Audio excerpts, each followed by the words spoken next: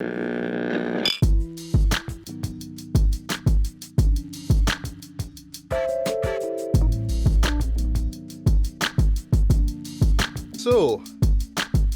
let's talk about Batman, the 1989 film. Yes, I'm Batman. Yes. The first film Setting to up. have a character say I'm Batman, right? So think about that first, right? So as you normally do with these retrospect reviews, just a little intro, just a little pre-ramble basically, right? So I'll try to move as quickly as I can with mine, right? Because it's funny too, because back in 2020 we celebrated the anniversary of Batman Forever, and I mentioned a few things about how I got into the character of Batman and this movie here too, right? And then Ricardo and I talked about it. We talked about Batman and Robin, right? And celebrated its anniversary, right? And we just sort of mentioned, we just sort of came out of it like, yeah, it's bad, but it's not like the worst movie of all time. No. Not the worst superhero movie of all time. Like, look, like Steel definitely not. Same year. Steel is worse than Batman and Robin, in my opinion, right? Yeah, no disrespect to Shaquille, right? Anyway, so intro time. So back in 1989, right? Even though I remember little of this event, right? My father actually took me, and I believe it was my older sister at the time, to see Batman, right? In a little cinema called Windsor, right? R.I.P. Windsor. But I don't remember, I remember going to it, but I don't remember, scenes or whatnot. I was like, 5 at the time, or 4? So I don't remember anything, right? But it's really, when the 90s kicked off, 1990, that's when I remember, that's when I started remembering scenes from films, right? So I remember seeing stuff like Kindergarten Cop. I saw Home Alone. I saw Ghost Dad. Yes, I saw Ghost Dad. Yes, I did. Good grief. Right, for the first time, right? But at the time, at 5 years old, my mind didn't really register how big of a deal Batman was, right?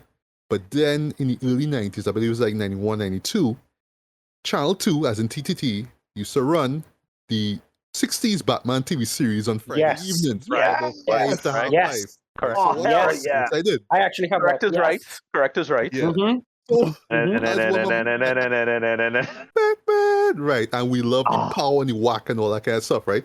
Oh That my was God. when my small brain the formulate who Batman was, right? So it was the Batcave to the Batcave and the Batcan, Alfred. To the Batcave. We have not one moment to lose. Yes. Same bat time, same bat channel, right? That's when my mind started to formulate who Batman was, right? Yeah. And then 92 happened. Mm-hmm. And in the summer of 92, I remember this movie came out in June of 92. During a matinee screening, right? I didn't go 4:50. I went all 12, right? I saw Batman Returns. And then a few months later, TV6 would drop the premiere of Batman, the animated series, which used to air on Sunday mornings at 10 o'clock. That is cemented here. And that was when I really got a sense of who Batman was and how iconic he was, right? But for me, quick anime lore. Quick Ricardo lore. That's the first time I get the sense that adults loved Batman. Because I had a friend, really? I had a friend, my friend's older brother was an adult by then. Yeah, he was just raving about how the new Batman cartoon's so good now. Like, what? This big man like a cartoon? I would. In a way, it's like the precursor to when Rurouni Kenshin came out or something. Right. Where I seen adults saying how much they love this show. And they're like, but this is not for kids and teens. I hear adults loving this show. Like, what? You know what I mean? Right. But the secret sauce behind me enjoying Batman now at that time was Danny Elfman, OG composer, right? But when you hear the music for the Tim Burton Batman movies and the animated series, boy, look, the intro to that for the animated series alone, classic. Into my psyche. I could remember shot for shot. I remember everything, right? The music, chord progression, all of that. I remember, right? And it was Danny Elfman. He made me love he made me love Batman, right? Because just how badass the music was, right? But then, thanks to those shows, that was the animated series and Batman Returns, that's when I really got a sense of the world of Batman. Well, Gotham City, right? How dark the tone is and all that kind of stuff, right? And then in that series alone, I got a true sense of who Joker, who was voiced by Mark Hamill, was, right? Especially the whole twisted logic that he works with, right? And to this day, Joker remains my favorite Batman villain. Even in live action, he's great, right? Yeah, I think if I remember correctly, Tim Curry was the original voice. I think I can't remember. completely. I No, know I do I know think it's Tim Tim, Curry but I can't briefly remember voiced when him. Yeah. Mark came in. Sorry, I was one. Sorry, Cece. No, I was saying I think that I think they originally wanted Tim Curry and they had him test a little bit, but then they ended up going with Mark Hamill instead. Yeah. Oh, Is how that went. okay. Yeah. Because Andrea would talk about like when Mark came into the studio and he started to actually do the laugh and that kind of stuff, and they were like, "Yes." So it's quite possible that was the arrangement. Yeah. All right, so I'm still in the intro, but I'm moving quick, guys. So let's bear with me, right? But yeah, Joker remains my favorite Batman villain. Especially when he's portrayed in live action, I love it, right? So like even whether it's Joaquin Phoenix and Joker, I love Joker. One of my favorite movies in the past decade. But for me, Heath Ledger will always be like the best Joker in my opinion. Thanks to Dark Knight, which is one of my all-time favorite movies, best superhero sequel, calling out one time I've ever seen, right? Jared Leto's. Well, I was not about to ask you. I mean, we live in a society, Matthew. We live in a society. We live in a society, right? We live in a society. We sure do. Yeah. So prior to Batman Forever's release in 1995, right? That was a really impactful year for me. By the way, 1995, I saw Batman Forever. The hype level was off the roof for me. Seal. The music videos. Seal dominated that summer. I had a Two-Face cup. You know what I mean? 'Cause, they had KFC was putting out Batman Forever merch, right? So I had that, right? So prior to that, TV6 showed Batman 1989, right? So literally for me, it was like watching the film for the first time, right? Because remember, I was 5 and I don't remember anything, right? But if I'm not mistaken, I don't think TV6 ever showed Batman Returns. No, I think TTT did. I could be wrong, but I think TTT showed Batman Returns, right? But I'll talk about Batman Returns near the end of my preamble, right? Also, as I mentioned in the Batman Forever review, I wasn't that big into comic book collecting before Batman Forever came out, right? But because of, I would say like leading up to, because of how I was loving the animated series, I sought out a copy. I didn't get one copy actually of Batman Legend of the Dark Knight. I thought that was like a really, really dope, Batman comic book, right? But at the time, my mind was just on Marvel stuff, right? So it's all about X-Men and Spider-Man, right? All that kind of stuff, right? But I wasn't really too big on DC, right? But then when Batman Forever came out, right, and this pretty much me my entire summer, that was when I really got into DC Comics, right? So stuff like Judge Dredd, Nightwing, Steel, I would seek those books out, right? And like I said in that review, for me, because of how grandiose Batman Forever was, I felt like it matched how grandiose, for better or for worse, 90s comics were, right? So it's like, that's true. Since those books are flashy and kind of over the top and kind of dumb, let's make movies kind of larger in life too. And that to me was what Batman Forever was, right? I just felt personally like Joel Schumacher, rest in peace, kind of went off the rails with Batman and Robin, but is he Hollywood excuse? Bigger is better, right? But you know what I mean? Well, also, I remember Schumacher. I've seen him in several interviews talking about how like a big part of the problem with Batman and Robin, well, even Batman Forever a little bit, was kind of how the creative process got away from him. Like he had all these kind of ideas about maybe making it a little more grounded, a little more dark, but he literally described making Batman Robin and like not really being able to like bounce designs off the team very much before they were like whisked away and sent off to toy companies so they could start getting prototypes ready, essentially, rather than him being able to really take the time and really develop and flesh out. Like he always describes Batman and Robin as a movie that was made by Warner Brothers and the toy companies more than him specifically. Right. Yeah. Right. So even with the disappointment I felt watching Batman and Robin, right, for the first time, I still remain a Batman fan, and that was thanks largely to more animated TV series, right? So yes, there was Batman the animated series. There was the new Batman Adventures, which wasn't that bad, but I dug the reworked version of the team. So I really, really dug the reworking of that. At that point, Superman the animated series came out, so they had it. They were square. They had both shows together. Batman Superman Adventures. And I'll never forget the crossover with Batman and Superman. That was really dope. Batman Beyond, of course, I was a huge fan. Justice League, and for me, Justice League Unlimited, which still remains one of the best DC animated TV shows ever. I love that show. I need to get that in the collection as soon as, right? And then, of course, the GOAT himself, the Oscar winner himself, Christopher Nolan, breathe new life into the Batman character with the Dark Knight trilogy. So along with the 89 to 97 anthology, I own the Dark Knight trilogy on Blu-ray. I'm so happy to say that, right? So the only two Batman movies I don't have are BVS, but I don't care to own BVS. But I want Matt Reeves' The Batman because I loved The Batman. That was one of my favorite movies of 2022, I believe it was. Yeah, 2022. It is so good. Out, right? And yeah, even when Michael Keaton's Batman showed up in the Flash for nostalgia beat, that's why he was there. He was there for nostalgia. Yeah. I was still a fan, right? So just wrapping up here, right? So selling myself out a little bit, right? So while I am still a fan of the 89 Batman, right? And, its place in superhero film history is well deserved, right? There was something about Batman Returns that always stuck with me. And over the years, I kind of end up preferring that over 89 Batman. I'll tell you why. I felt with 89 Batman, Tim Burton was on the rise, right? He had Pee-wee's Big Adventure. He had Beetlejuice, right? So it's like, yeah, right, let's get this guy, with his graphic artist background and whatnot and see what he brings to the table, right? And the story behind the development of that movie is really fascinating. You should really, check it out, right? But in that one, in the first one, it still felt like, okay, yes, I love how it tapped into, 40s noir and all that kind of stuff. And Tim Burton still managed to put his gothic inflections into it too, right? But it still felt kind of controlled now, you know what I mean? Almost like, okay, we wanted dark, that's the whole intention, but not too dark though, even though it's funny that, and I actually shared this with Tracy and Cece this morning.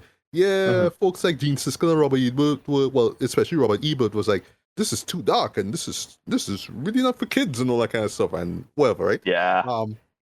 But then Batman Returns come, I was like, oh, you thought that was dark? Okay, no.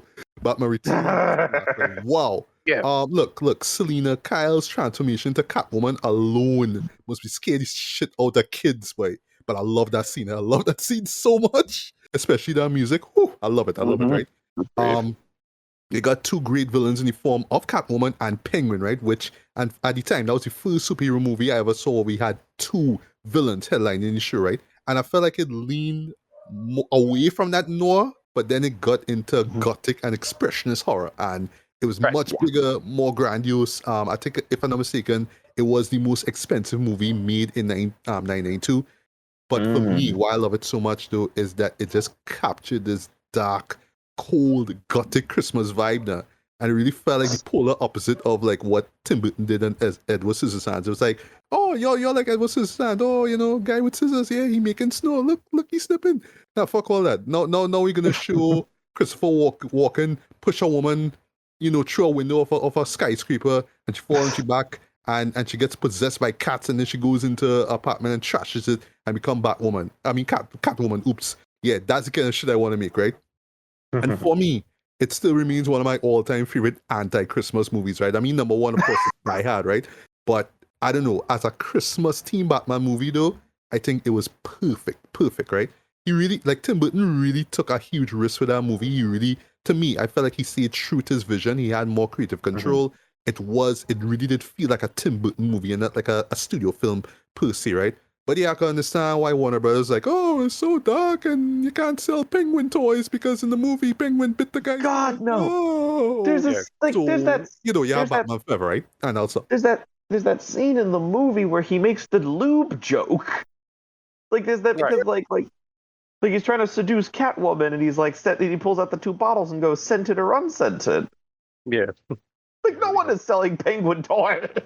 Yeah, but for me, that because if I remember correctly, those toys were those toys made at all? I know they went to the anime. I think they were planning to, or McDonald's. They were going, but they were like, no. Right. So they end up making the old toys instead. Yeah, the old Penguin toys instead. Yeah. So this is what the Penguin from the Adam West show. From the Adam West show. Yeah, correct. They were going to do, I think what happened was, I remember, it was either McDonald's or Burger King who was going to do a Happy Meal tie-in, and then they saw the movie and immediately backed out. Right. They scrapped the whole tie-in. Yeah. So that's a wrap up here. So yeah, for me, even though I do appreciate and love 89 Batman, Batman Returns is for me my favorite of Tim Burton's Batman duology. Though it just holds it's just the perfect Batman Christmas movie. Though just so dark and brooding and menacing. Though and just again just Tim Burton just firing on all cylinders, just saying, look, this is my vision. Yes, kids will be scared, but look, it's rated PG-13, all right? Just deal with it, right? Come on, shut up, right? Whether it sell toys or not, goddammit, I don't care. It's my vision, right? So, yeah, that's it. Agree to disagree. But anyway, long ramble aside, though, Ricardo, your history with 89 Batman and, well, you can mention quickly the other Batman movies, basically. Yeah, like you, I it's actually my first theater experience. I have a working memory of. Wow. Batman '89. I was I was like 40 time, and I do remember seeing this movie in theaters. The thing is, it was doubled with something, and I swear it's either Mad Max 2 or Mad Max 3, because like Trinidad will like have a big movie, but they'll say, look, we had to double it with something, and they'll just get some old shit. They'll always do that. Those theaters definitely did that. I have no memory which theater it was. It probably was Globe. Probably. That seems most likely. Whatever. This is a movie that shaped, to me, it kind of shaped the paradigm of Batman from since then, because it had to do, the 80s was starting back to make, this into your daddy's Batman kind of stuff, especially kind of going back against the blowback against the hokey Adam West stuff. And then they started like pivoting into that aspect of it with respect to the dark material now, and say, okay, like what is how you could square this with Batman as a conceit. And it's like, oh yeah, right, Tim Burton, perfect person. That is where it builds from. And I don't think this movie's a masterpiece or anything like that, but at the time I could see why a lot of people love it, because it was such a, like, for the popular culture, such a shock to the system, for lack of a better term, of doing Batman like this. Like, what? Batman this dark? What happened to the hokey, onomatopoeia on the screen bullshit? What happened to that? No, it just ended up just becoming this really, really great thing. It pivoted off of like all the 80s comics and how dark a lot of that stuff was, and or at least how debatable if you think that stuff holds up. When did Clinton Joe come out? I think it was in 86. It was. I think it came out before Dark Knight Returns. Right. Yeah. Right. But that's the subject of the comics. So I find it so interesting, though. It's because the movies are so dark. That's why that's when people went back to the Batman comics of the 80s. Like, oh shit, it was always dark. Wow, right. But it's an effort at sorting. Well, yeah, right. The big person was Frank Miller and his influence on the material, and so on and so forth. And so it was such a, like, for me, I had no working memory. If it wasn't for TTT, I would have any working memory of a lighter Batman. It's like, oh no, Batman is always a dark and serious business character, blah, blah, blah, blah, blah. Like, you get into a big debate about what Batman should be or should be. He's a very popular character, up there with Spider-Man. And it's interesting at how, this shaped the paradigm of not only you have, Batman being dark, but the idea of it just being associated with coolness. Like, the marketing in this is kind of brilliant, right? But holy shit, they get freaking Prince to do the soundtrack for this, and Prince was like the coolest. Yes. Yeah. Well, Prince. I know you have something to say about that soundtrack. Mm-hmm. I'm excited to get into the soundtrack.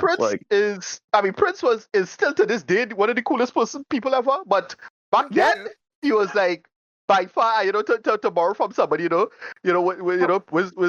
Prince to Mike Jack, right? Prince outlived Mike Jack, right? If you get our reference, right? Mm-hmm. So it's like everything about this was just so damn cool and interesting. To hear Jack Nicholson coming in, and he totally revamped Joker for a lot of people. Like, what? Yes. Joker, all these little things like you can add up. Now, in retrospect, we get to be flippant about it and look how hokey this is and blah blah blah blah. But no, like it just at the time it shaped the template of how to style something up. Like, that kind of mind-blowing. And, like, the question is how to tap in, how to hit the nail on the head of the zeitgeist of taking something and then changing it. And it's only until Nolan, right? Nolan really rebooted it and rehaul it to make it work in his own conceit. But yeah, Tim Burton's paradigm is the one that shaped the material for the better part of that entire decade. Full stop. Like, when you think, Batman, it's all Burton. Like, straight Burton. Like, from there. And again, I think Burton, I'm in the camp that thinks Burton kind of fall off right? A little bit, not too much, but he kind of fall off. We'll see with his new Beetlejuice what will happen. But no, he had such an interesting and unique vision for what it is, and it does to me fit Batman almost like really perfectly. Even though when you think about it, he's actually really bad for Batman. If you were to be a nitpicky Batman fan, you're like, no, that's not Batman. And what Batman have guns or the car and all this other bullshit, like the shit that people are not shut the fuck up about with Ben Affleck and Snyder stuff. Yeah, you should apply that same ire to Burton, right? But there's no, but is the right timing, and it does show how well. My last point, sorry, until you're fine. Yeah, well, last point. No, but like just the whole how to govern the aesthetic of something. One of the problems in today's world. We could debate is a problem. We could debate about free speech or whatever it is. But the problem is that we have too much feedback from fans in real time. We have too many bullshitters that kind of learn to poison the well, against material. And it's like, no, if you're a creator and you've gone through that approach to you're a filmmaker and you establish yourself, your voice should matter, because none of these people would tell you or had the opinion to tell you back then what was the case. All they had was call-in numbers, right? They could make a certain noise and call-in numbers. Now they have Twitter and a lot more power and more YouTube, right? I don't know. As I say, we had to ban microphones, right? Sorry to say it, right? There too many bullshitters. Too many bullshitters that unfortunately figure out a way to poison the well. And we'd never get great Batman if these people were in charge, right? That's how I was kind of think about it. I don't think this movie's a masterpiece. I have issues with it, but I'm so glad that it shaped the paradigm for what it is. I can't imagine another world without this stuff. So yeah, that's just my last point. Yeah. All right. Well, Cece, I know you had something to say, but Ricardo, any quick thoughts on Batman Returns? And I'm on your side with this one. Yes, I think Batman Returns is better than the first one. Mm-hmm. It's so weird and it was shockingly adult and strange in its conceit, and that was so shocking at the time. And I forget at the time it was like that because it had unusual marketing for it. And I remember my grandmother just saying, "No, you're not going to see this. It's too much." Just remember that. But yeah. I didn't see it until Batman 3 came out. I think again, Windsor and local cinemas doubled it, and that was the first time I saw Batman Returns. I didn't see it on VHS. I didn't see it at all.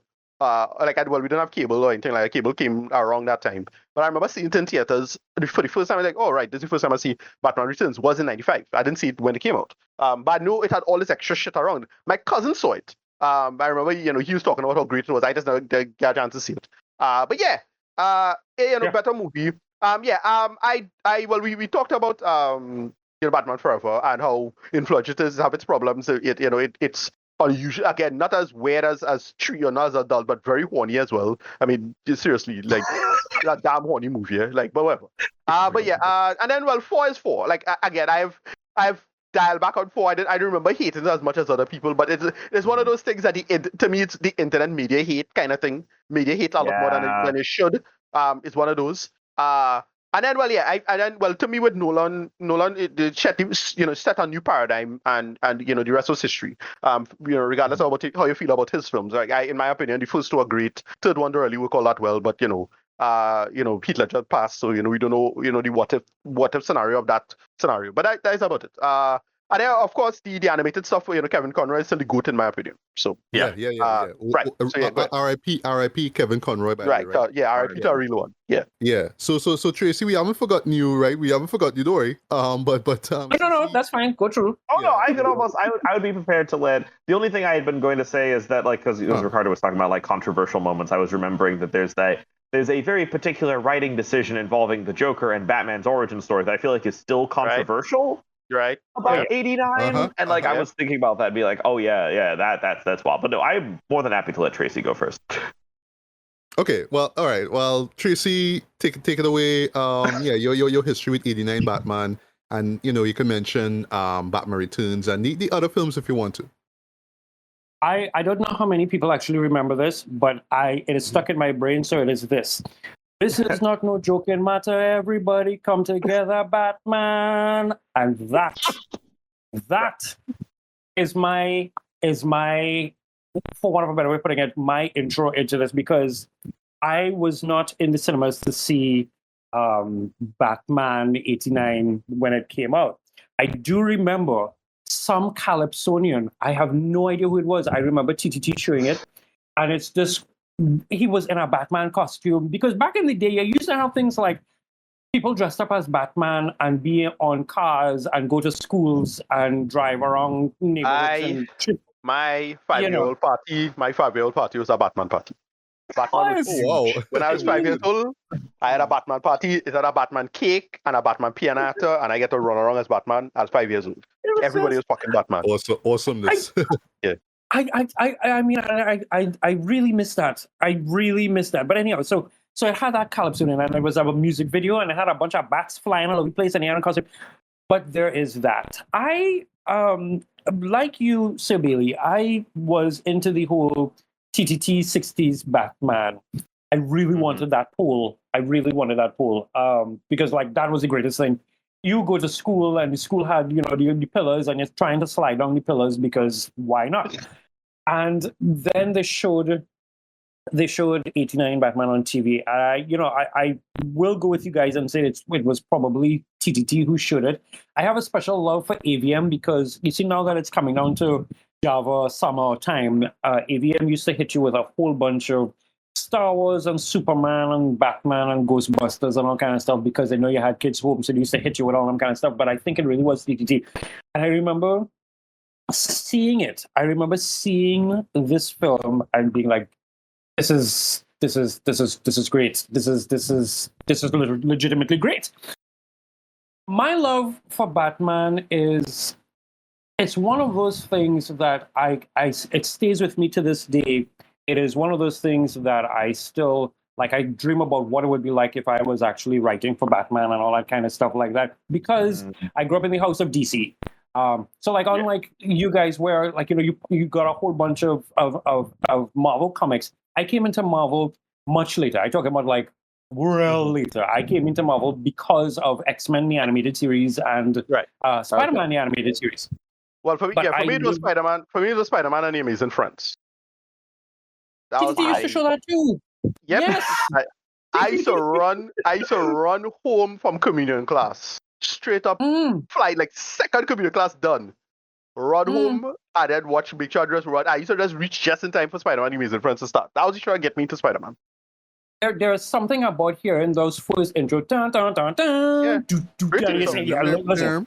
Oh my God. I had a whole... Oh, we'll get to Spider-Man. We'll get back to Spider-Man. But the point is that Batman did a whole set of things for me that to this day stays with me. So I tend to either very much love a Batman film or rationalize a Batman film. So love a Batman film is Batman Returns and Batman. Rationalize a Batman film is BVS, where I will tell everybody that is Bruce Wayne's 9/11, and so all the fear and ridiculousness that is associated with him, that is his whole feeling, and this is what happened, and that's my rationale. And I look. We get that, we get that. It's just the execution of it is so terrible because like Martha is such a bad seed. We get it, I get it. It's just it's nonsense. Yeah, execution. Ideas over execution. And this brings us to something that Burton did really well. You did not have to wait. I really hate shitting on this man all the time, but you don't have to wait to get an extended copy or an extended director's cut, or wait for the director black and white version. Because I remember, and forgive me here, but I remember going to see BVS. I was like 3 minutes late to the showing, and I saw BVS and I started to watch it, and I was like, some things don't fit here, but okay. And then I had the director's cut and I saw it and I was like, oh, okay, I understand why you did X, Y, and Z. But if the fact that you have to do that to do a thing, that's nonsense. And that's not what Burton did. Hilariously though, CC, it's for me. I was thinking about like the whole Batman 89 did a whole bunch of controversial things like Black Harvey Dent, and you take Mr. Mom as a comedy actor. And count him as Bruce Wayne. And I remember seeing some video. I think it was on Australia or some one of the videos online where it had some nerds like us, but they were talking to the camera. A reporter was talking to them. I was talking about the fact that Batman is 6 foot something and Michael Keaton is 5 foot something, but thank God Twitter didn't exist. Goodness. Yeah, exactly. They would have been like, what, Mr. Mom? And like, look, just trust our creator. Yeah, trust our creator. These same people that, look, I'll admit I was in the camp a little bit. Same idiots who would have say, well, Heath Ledger could have be a Joker. That's bullshit. Right? Oh, God. Do you remember completely eat the show on that, right? Had to eat your show on that because, like, no, the actors are actors. You don't know what to do with the material. And Ollie Morons was making noise about Pattinson, right? Yeah, wasn't there also controversy when Hugh Jackman was announced as Wolverine? A little bit, right? Because of the height guy, he's too tall. Oh yeah, that was the excuse, right? Yeah, he was too tall, right? And right, yeah, that is. Okay. It's weird. It's weird. But yeah, go on, Tracy. The loudest I noise guess you know Wolverine's a short king there, so like whatever. Yeah. Oh, yeah. Short Canadian. I remember, I think in terms of like modern controversy, I remember hearing a rumor that Ben was supposed to be directing Justice League or something like that. They wanted him behind the scenes. And then they announced Ben as the Batman himself. And I remember everybody was like, Daredevil? Really? And I keep telling people, yes, he was Daredevil, but, I mean, he has grown. Let's see and let's play. So, it's really good that in 1989 we didn't have that to deal with. Yes. I mean, it did exist, eh? It did exist. You had calling for but it wasn't people. So... But it didn't have it didn't have as much power. Like I could go back two things. The calling number to kill Robin, the second Robin. And almost everybody overwhelmingly voted to kill where's the second Robin? I forget his name right now. Drake? No. I know what you're talking about. Todd, right? Yeah, Jason Todd. Everybody voted to kill him, but that's one. And then the other one was Green Lantern. Like you could go back and look up Green Lantern and how much fans interfere with Green Lantern to make sure that Hal Jordan don't be a bad guy because people hated it. Look, they still had some power, but it wasn't as obnoxious as it is now. The megaphone too loud this time. Yeah.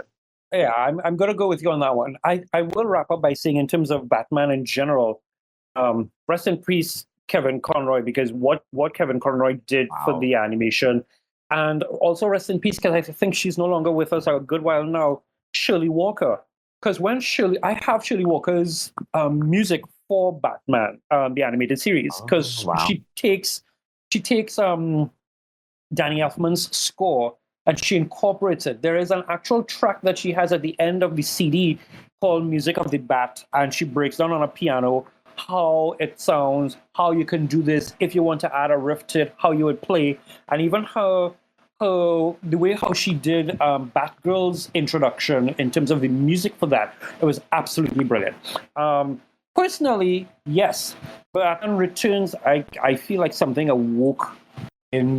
was awakened in me when, I spent weeks after Batman Returns trying to see how I can get like hairpins and turn it into claws. It was a very weird time as a leaving primary school kind of person, but it really was something. But this whole 89 into Batman 1 and Batman Returns was absolute joy to see it reinvented. I don't actually have I don't have any version of hatred, now that I think about it, any version of hatred for 3 and 4, because the lines live rent-free in my brain. I have been known to walk around saying, if the Bat wants to play, we'll play, because Tommy Lee Jones.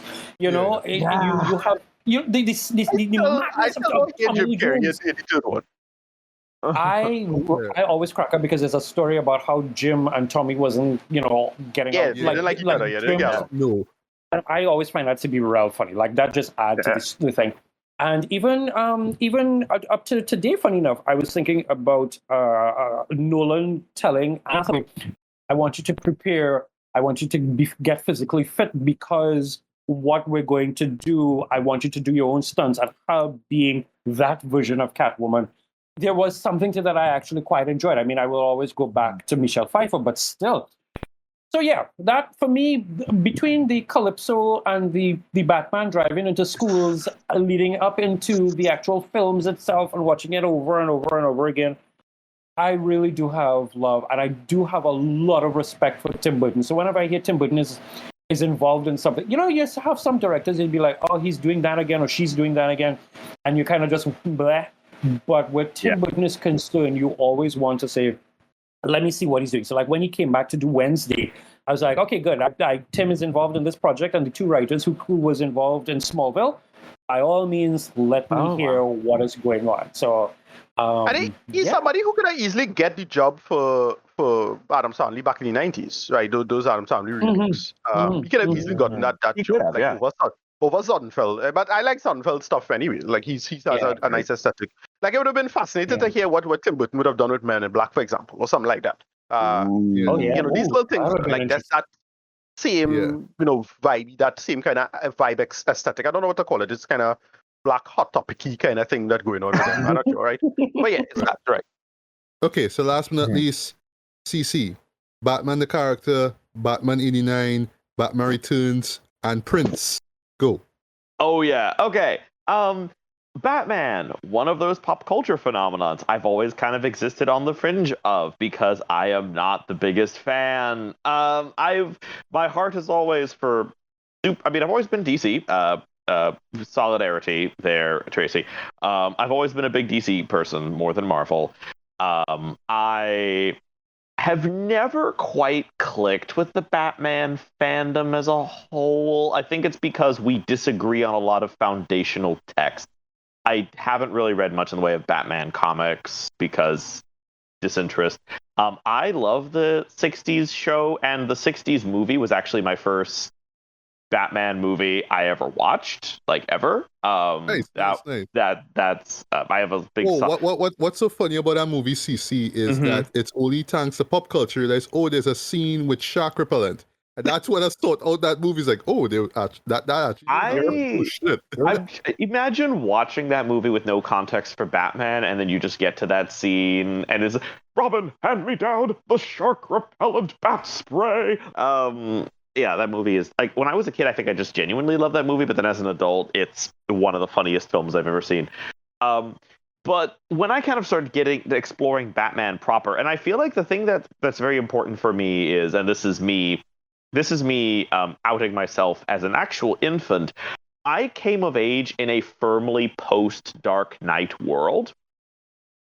So by the time I was kind of a teenager and kind of like getting more into movies and like comic book stuff, we were firmly post Dark Knight. The Dark Knight had come out and it was this phenomenon and everyone was talking about it and it was everywhere. Like I remember I think I was living in Botswana at the time, and like everywhere you turned, even in like everywhere you look, every store was like Batman merchandise and Batman this and Batman that. It was everywhere. And then kind of getting into this character, like I always tell people that one of my foundational stories was being at home by myself, channel surfing and like watching TV. And on one channel was playing Hellboy 2, and on another channel was playing The Dark Knight. And I kind of flipped between the two of them before finally settling on Hellboy 2. And that's kind of who I am as a person. I've never been the biggest fan of the Nolan trilogy. I think it was because of the Nolan trilogy that it wasn't until Oppenheimer that I was like, I like Christopher Nolan, actually. Yeah, holy shit. I remember you said that. Mm-hmm. Yeah, like that. I was surprised that Oppenheimer was on my top films of 2023 list. But I have my own hypothesis about that. Like, why is that the case? So you just didn't fall into the conceit, and it's because you didn't go into, I'm not trying to armchair psychology or anything like that. Oh, but go ahead. The timing of it. You didn't grow up in our time of corniness. So it's a kind of Nolan for a lot of people felt like, oh, this is a breath of fresh air by doing the realism, because so many people in my generation wanted this realism. Like listen, I think realism is massively overstated in fiction and appealing to especially science fiction. But I understand why my generation is into it, and the moment it hit me, why that we don't like realism. I don't really care for realism that much. Was Man of Steel. When Man of Steel came out, and I was like, wow. In my head, I was like, wow. I always thought this is the Superman movie I always wanted, and I realized, no, it's not the Superman movie I wanted. It's not the Superman. No. Well, it's one of those. I don't know what to call it. It's a generational thing. I completely agree, because my generation it wasn't just The Dark Knight. Every superhero movie at the time was gritty, that level of gritty realism. Like remember, this was also the reigning day of Bryan Singer's X-Men films. This was the reigning day of Toby. I mean, we'll kind of talk about it later, but like the Tobey Maguire Spider-Man. Like these are very grounded, more gritty, quote unquote realistic, which is why I remember some of the first superhero movies that really caught me by surprise were things like Del Toro's Hellboy. When Marvel kind of pivoted to the first Guardians, because again, early Marvel was part of that gritty, realistic, grounded thing as well. And then Guardians came out and it was like, oh, wow, this is really interesting. This is really different. This is really cool. This is why I also, for the longest time, my favorite Batman movie was also Mask of the Phantasm. I think I would still say Mask of the Phantasm is the best Batman movie. I don't think that's a controversial position. Nope, but not controversial in my opinion. Not at all. Mask of the Phantasm. I really like the '60s one. And one of my other favorites is also 89. 89 is a film that has grown on me over the years. I came into it late. I was in college, so long after everything else. I was in college, or even like just before college. I watched the 89 Batman, and at first I didn't like it very much. I was like, oh, this is kind of weird. The tone's all over the place. The mood, the aesthetic. Like there's a lot of things I like about it, but then like the pacing and the flow of it is a little clunky. And then for whatever reason, it's a movie I kind of came back to more than any of the other Batman films. It's a movie I kind of came back to a couple times as I got older and like found myself thinking about a lot and found myself revisiting. And then like, I picked up the DVD. Obviously, as I got more into Prince, I think, this film was kind of a gateway drug for me getting into Prince as well, because like, I remember people talking about the Prince Batman soundtrack and kind of listening to more Prince. My older sister was also always a big Prince fan. And then like, obviously getting more into that music, and then like just learning more about what an absolute nerd that Prince is and how he had apparently the studio had this vision for the soundtrack where they wanted to do like kind of like a Michael Jackson versus Prince thing, with like Michael Jackson singing good guy songs and Prince singing the bad guy songs. But as anyone will tell you, Prince and Michael Jackson do not get on. And never got on with each other. Like that beef was notorious. And so that was never going to happen. Meanwhile, Prince loved Batman, and apparently one of the first things he learned to play on the piano was the 60s Batman theme. So once he and Burton got talking, Prince contributed the Batman soundtrack. And I really like Arms of Orion was on the first mixtape I ever made for the person that was now my wife. I have like this, the Prince soundtrack is absolutely fantastic. But I kind of came back to 89 again and again, and one of the first pieces of serious film journalism I ever wrote was in college, where I explained how the structure of 89 feels weird because it's not about Batman, it's about Vicky Vale investigating the mystery of Batman.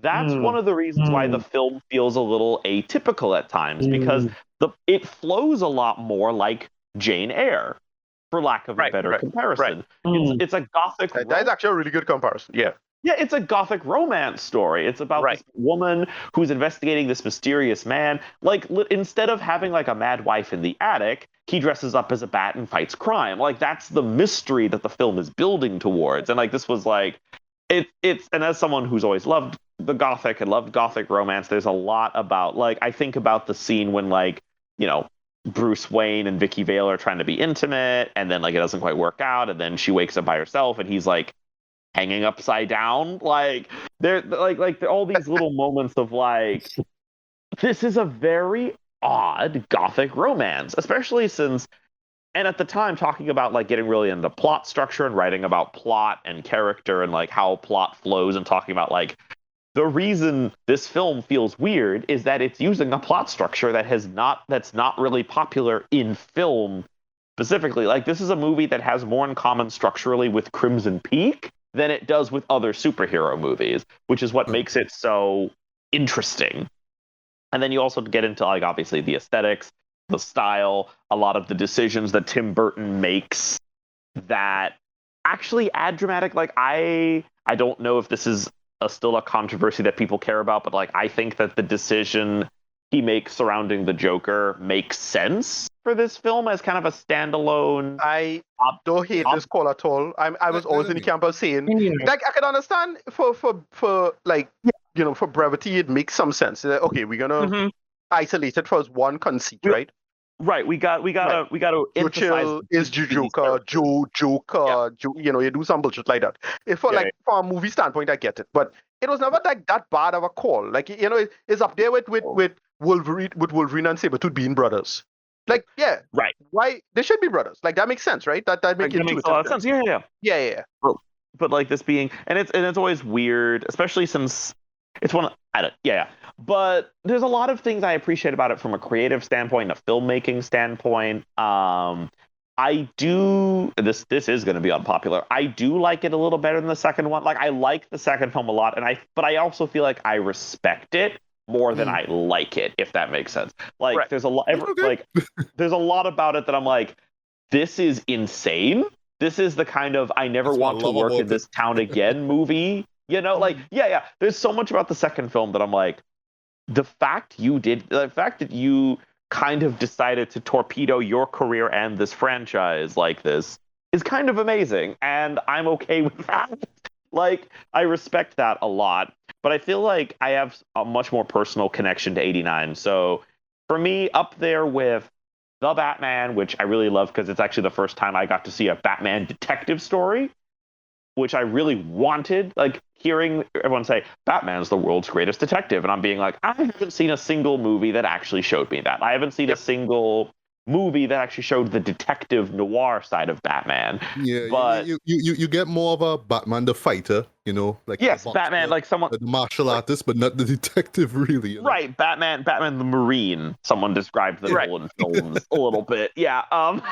But like, and so I really like The Batman. I think my Mount Rushmore of Batman movies. It's Mask of the Phantasm, The Batman, 60s like Batman the movie, and 89, because and all for like completely different reasons. I do have a lot of soft spot for the Joel Schumacher films. I respect Returns a lot. I kind of think I feel like culturally I might be able to revisit the Nolan films in a decade or so now that they're kind of like now that they're not dominating the culture as much as they used to. I feel like it'll be an easier time to go back, revisit those, and be like, are there things here that I like? I mean, the second one, not the first and the third, definitely not. But each his own, yeah. To each his own. Like, well, I respect the first one because again, the first one was more tapping into just the nostalgia of it. Like, holy shit, we actually get Rich in a movie. Like, that was the shocking thing about like Ra's al Ghul in a movie. Wow. The third movie don't work. Like, I don't defend the third movie. I don't think the third movie works. It's a mess, but I still love it. I feel like as a clue, like the clues in chapter, I think it still works. You know. I think the third movie also sits in this bizarre place of like what I was kind of hinting at earlier with Tom Hardy, where I'm like, man, there was that weird period in the 2000s when Hollywood was trying to make Tom Hardy a star, but they weren't quite sure how. Like, whether it was these weird villain roles. There was a point in time where literally, since the 2010s, like, Tom Hardy was, like, in E-movie. Like, it was... Yeah. What movie was in where he played the criminal guy? Wait, did he play the dual roles in that one? No, not the twins. It's another movie before. I know exactly what movie you're talking about because I own that DVD. Is that title? Bronson, thank you. Bronson, Bronson, yeah. Nicholas. That's when I think that Tom Hardy was like that was Tom Hardy's flashpoint for me.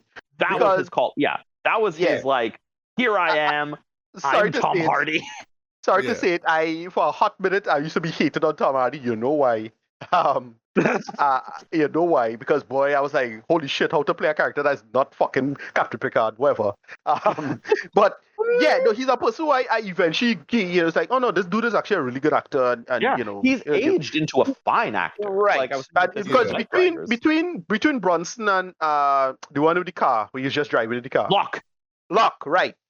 Yes, those two is just like, okay, this dude is the real deal. Like, you know, I didn't get it to him until that. But yeah, early in his career, he's also got that rather sensitive performance in Guy Ritchie's Rock and Rolla, where there's that whole subplot where he plays that gangster, and there's the whole subplot where he comes out as gay, and like Idris Elba and Gerard Butler's characters have to kind of like, our friend came out as gay. How do we feel about this? Which it's so sweet. Mm-hmm. Yeah, early shout out his career to Tom Hardy, but yeah, his role as Bane is a disaster. I don't think so necessarily, but yeah, really, I don't think it works. Like I get it, but I get where they were trying to go for. Because again, the problem is Nolan groundedness kind of stuff now. And again, because people are still mad over Batman and Robin, that's why a lot of people like still mad over that. Right. No, I don't think it works all that well though. Mostly because it's like, well, this is why he's doing it, and he working for the thing with the girl and the daughter. The revelation of his motivation was a weird reveal. Like it was like, really, this is where we're going with this. Right. Exactly, but yeah, any last little words before we move to the review proper, CC? No, it's just like I think of my 89 is one of my 4 favorite Batman movies. I think I love it because of how weird and strange it is. The only other thing is I want someone to make a documentary about, because that's the thing, obviously, being as young as I am and coming to this as late, I had no idea about Batman the phenomenon. And the more I hear about it, the more I'm like, I need someone to make like a documentary, because I still I remember like Kevin Smith talking about like, yeah, there was that time when people were like getting the Bat logo shaved into their heads, and I was like, what the? That was a real thing. That was a thing. Yeah. This movie really blew it up. It really blew it up. 1989, the 89 movie really blew things up. It was insane. Okay. Batmania was real. It was very real. It was, and like the thing, I feel like, again, coming late to it, I'm like, I do not understand this, and I'm curious, like, in kind of I want someone to break this down for me and so like explain. No, it. CC, I nominate you though. I will literally put money in your Patreon to go and create it because you came in that late. Documentary. Because kind of trying to revisit the phenomenon after the fact as someone who came to it late. That's a good idea. I'll keep that in mind. Yeah, please do. All right, so long pre-ramble. Let's jump into the movie, right? So have a lot of notes, so bear with me. I'll move as quick as I can. So it's just like stuff that stood out to me, but also kind of led into me kind of like picking out moments in the narrative that stood out, and I just want to mention here, right? So still to this day, the Batman theme from Danny Elfman and the Symphony of London Orchestra gives me chills. I like watching it again though. I got the chills. I dare anyone to hear the song and watch the title sequence and not get chills while they see it though. For me, why I love it so much, right, is a perfect blend of action, adventure, mystery, and horror, right? And it embodies who Batman is, right? He's a hero. He will save the day, but at the same time, there's this air of mystery and fear, right? You know, so it's not like so you have the you have the roads and stuff, but it's also the the mystery stuff, and then of course the horror with the you know. So there's so much going on in that theme song. I absolutely love it, right? As much as I love Hans Zimmer and James Newton Howard's theme for Batman in Dark Knight trilogy, and of course Michael Giacchino's theme for the Batman, which gave me chills as well.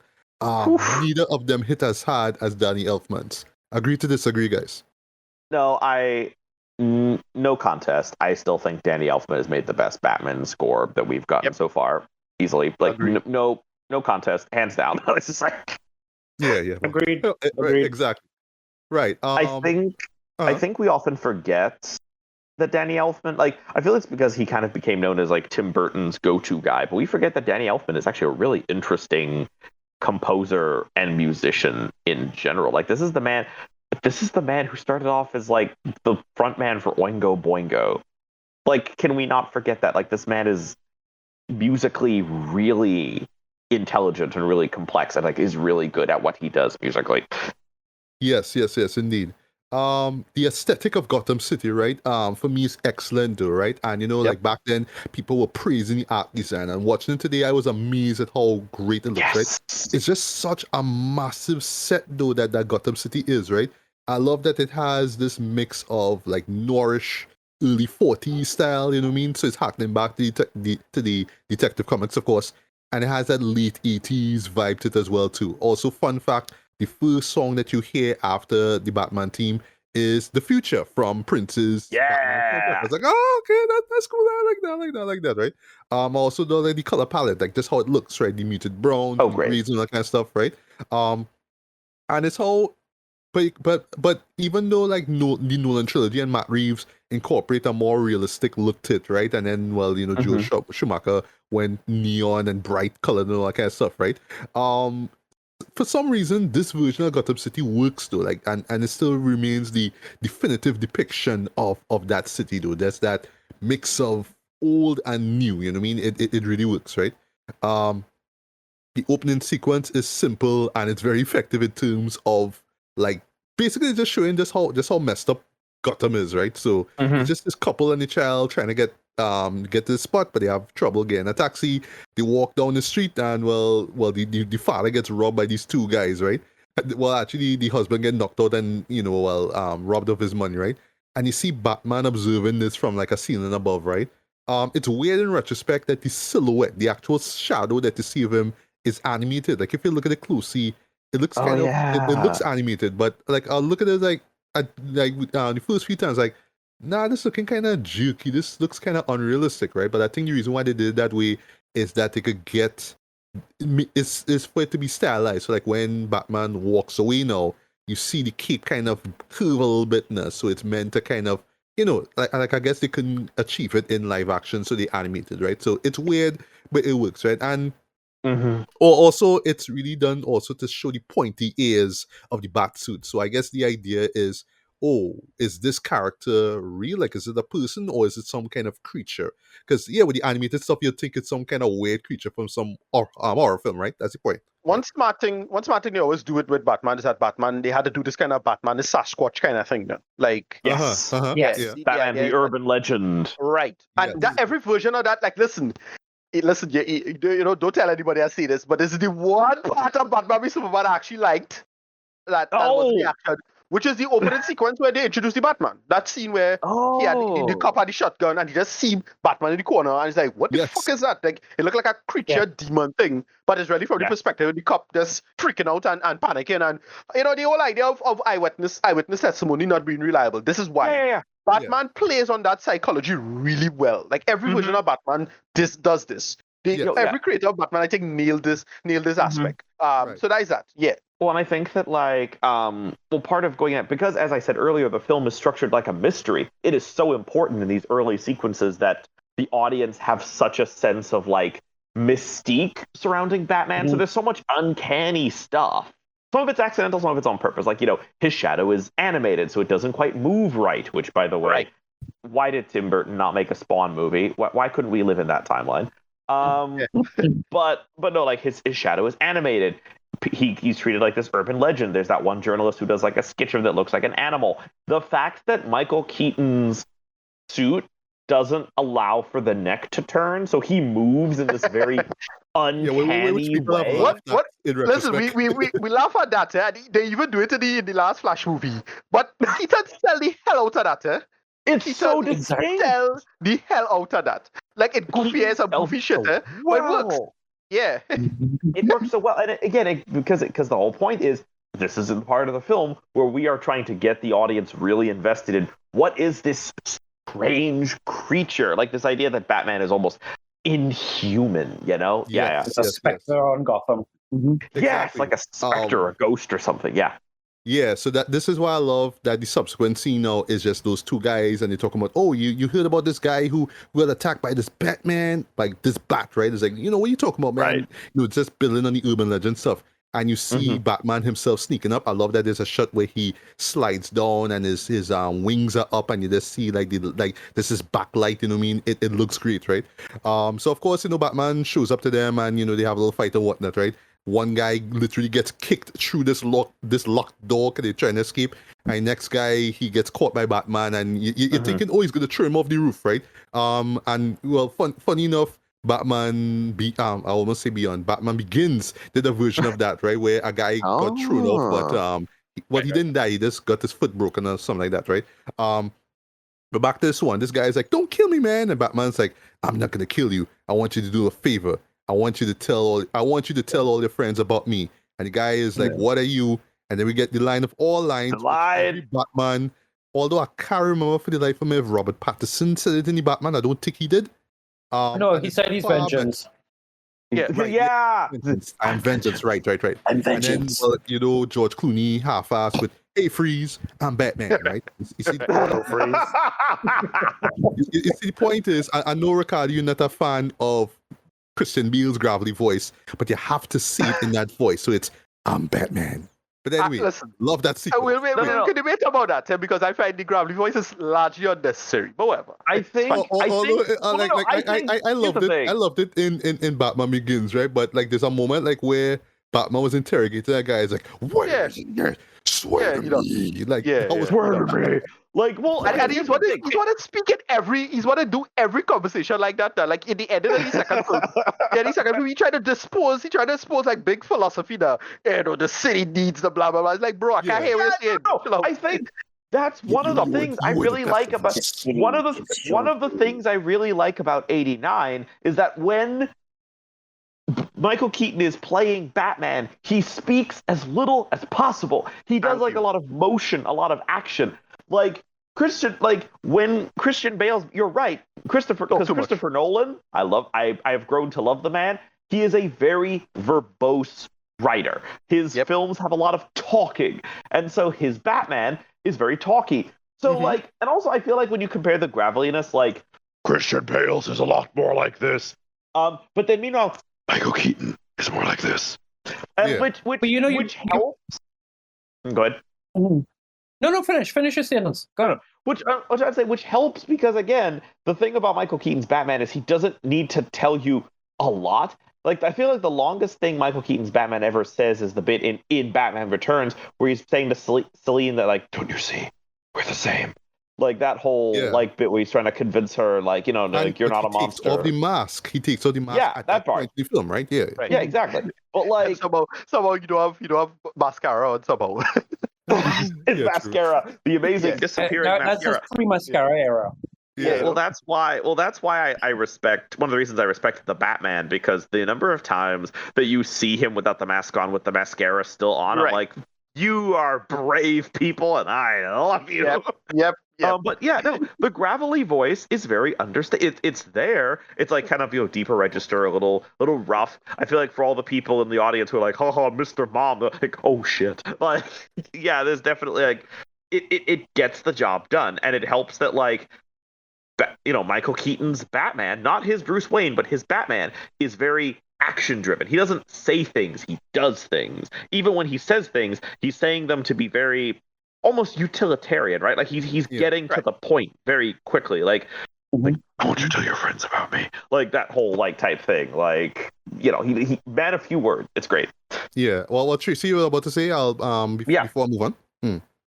No, I hadn't thought about it until CC talked about it, but even right now, there is a new animated Batman TV show, something that's coming out on Max. It's coming soon. Yeah. I heard about it. And so they did a trailer for it, and again, it's this over gravelly kind of voice. And now I'm thinking about it. Even when there's a scene we will talk about later on in the movie where he's in the car with Vicky Vale, and he doesn't say anything, but you get the idea of this man being like larger than existence. He's in the car with her. He has the light on her. Certain things happen. And you don't get that. And it's only until you guys started to talk about it then I realized, oh shit, everybody has gone down the route of from the mid 2000s when Nolan started it. Nolan gave the grittiness and said, okay, we need to ground Batman. Batman is already grounded. He doesn't have any superpowers per se. He's already grounded, but everybody has done the whole gritty voice thing. I mean, Conroy, when Conroy did Batman, Conroy did Batman, and he had a darker register on his voice, but it wasn't this over gravelly thing that everybody coming into the role now does. And when you go into Keaton, Keaton is Bruce is hosting an event in his house, and he's talking to the reporters about stuff, and it's just Bruce. But when he is in his Batman persona, there's no relatively little words, but you still get the idea by his presence that he is important, and that was what just crossed my brain. It's aura, as you can see, right?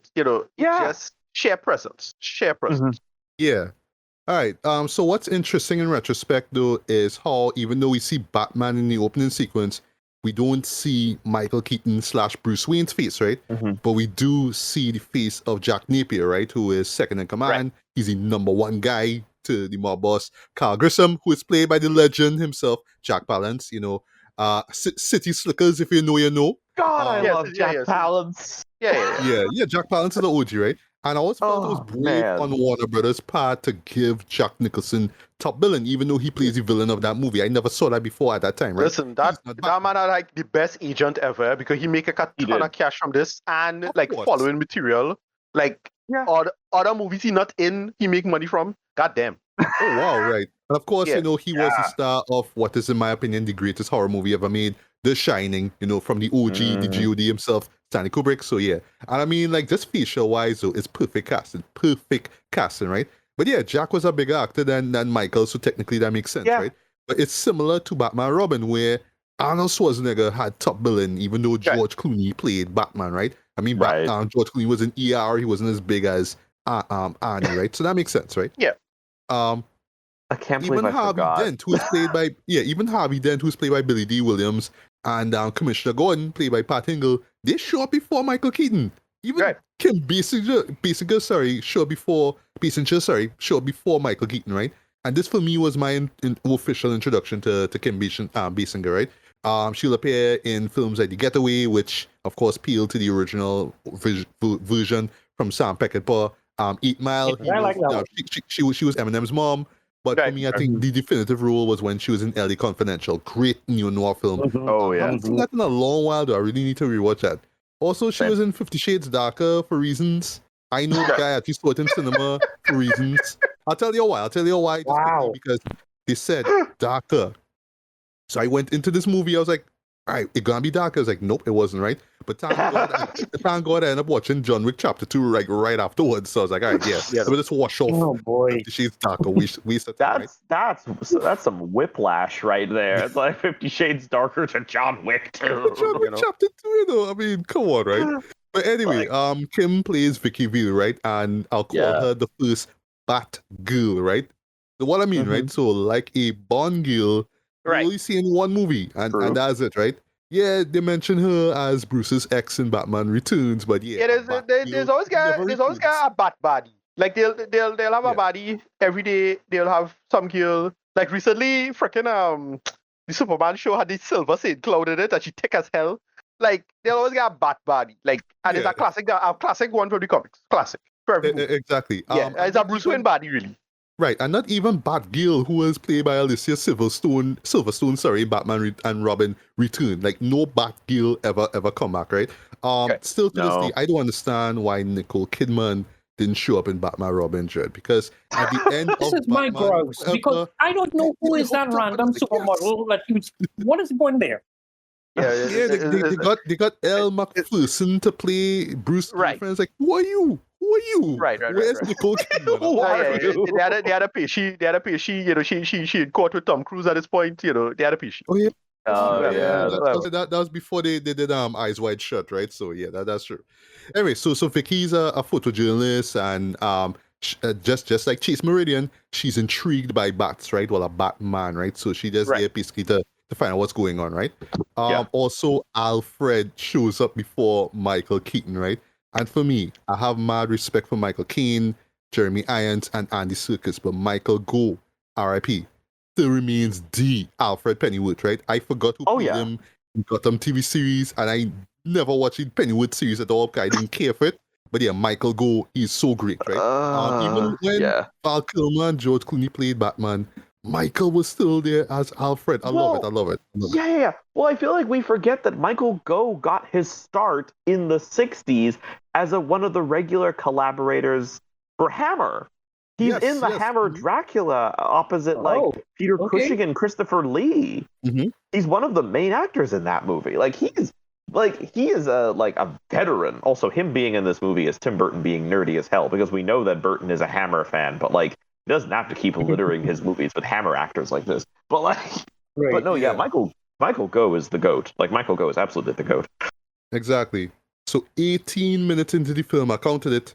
That's when we finally see Michael Keaton as Bruce Wayne, right? I love in this sequence where Bruce does this whole subtle act of blending in with the crowd. Now, so Vicky and Alexander Knox, he's the guy. He's pretty much in the friend zone throughout the entire movie. He try to get with Vicky, because Vicky's like, nope. Right. They in this party in Wayne Manor, right? But yeah, eventually they realize that yes, he is Bruce Wayne, right?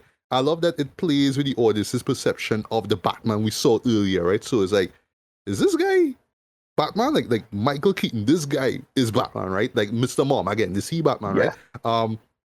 I love how, just looking back at it again, how it does a clever twist on the opening sequence, right? So the two criminals, Alex and Vicky, are talking about Bruce, right? And, they're in this room with a bunch of military armor and all that kind of stuff, right? And they talking real snappy about it, you're some rich douchebag, whatever it is, right? And you see Bruce walking slowly behind them. He just kind of watching them, right? And then when you get to the samurai armor, it's like, where does that come from? He's like, oh, that's Japanese. How you know that? Well, I bought it. Hi, I'm Bruce Wayne. I love that. Yes. Brilliant writing, right? So and of course, the acting from Keaton in that scene, great. I love it, right? Even Vicky at this point in time, I love how she just can't believe it's Bruce now. And yeah, it plays on the audience again, wait, again, you're Batman? What? You know what I mean? So great sequence. I love that, right? There is something that happens there that, as an adult now, I kind of wish somebody would do for me, because he turns to Alfred and that whole thing and says, "Give Knox a grant," and walks off. Because and I'm like, as an adult, if somebody was to actually come and say, you know what, I'm gonna just give you money, just for the sake of giving you money, it's just. Knox is really just there talking to him as you're Bruce Wayne, right? Well, could you give me a grant? And he's like, yeah, okay, well, Alfred, just give Knox a grant and walks off. That, as an adult, yeah. It's just out the blue, just give this guy a grant, man. I mean, you look cool, so yeah, you know what I mean? Yeah.